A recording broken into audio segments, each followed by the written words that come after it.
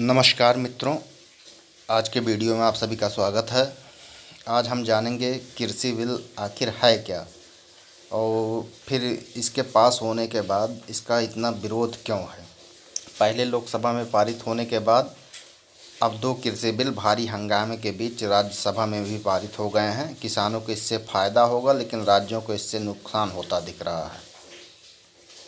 भारी हंगामे के बीच राज्यसभा में दो कृषि विधेयकों को पारित कर दिया गया है।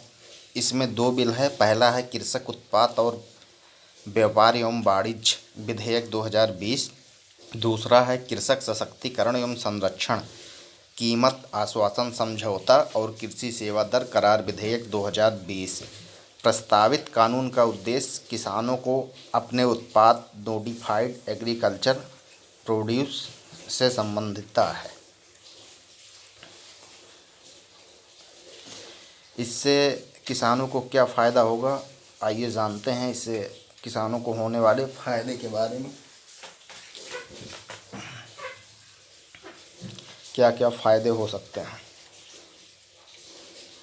मार्केटिंग कमेटी एपीएमसी यानी तय मंडियों से बाहर बेचने की छूट देना है। इसका लक्ष्य किसानों को उनकी उपज के लिए प्रतिस्पर्धी वैकल्पिक व्यापार माध्यमों से लाभकारी मूल्य उपलब्ध कराना है। इस कानून के तहत किसानों से उनकी उपज की बिक्री पर कोई सेस या फीस नहीं ली जाएगी। ये चाहे जहां अपने सामानों को बेच सकते हैं, उपज को।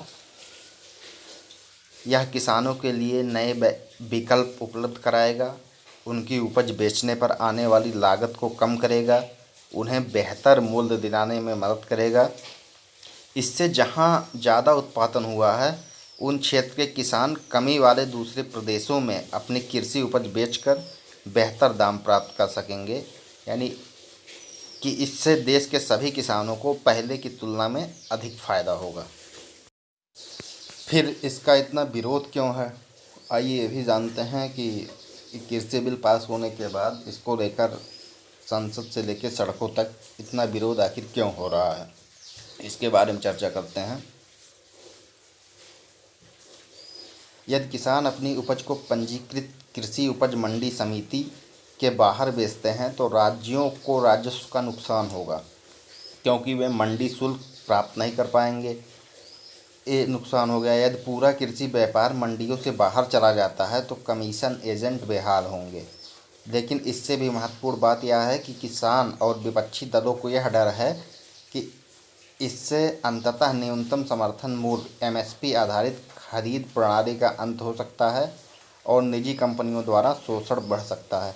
तो ये इससे होने वाले नुकसान हैं, जिससे इसका इतना विरोध किया जा रहा है।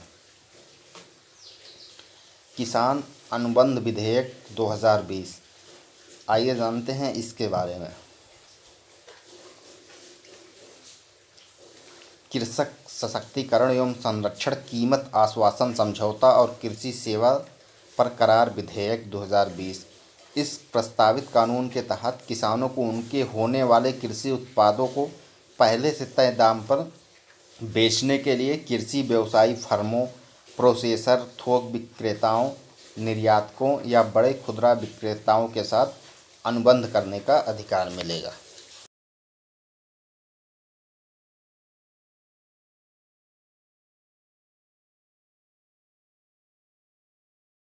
आइए अब ये जानते हैं कि इस बिल से क्या होगा फ़ायदा किसानों को।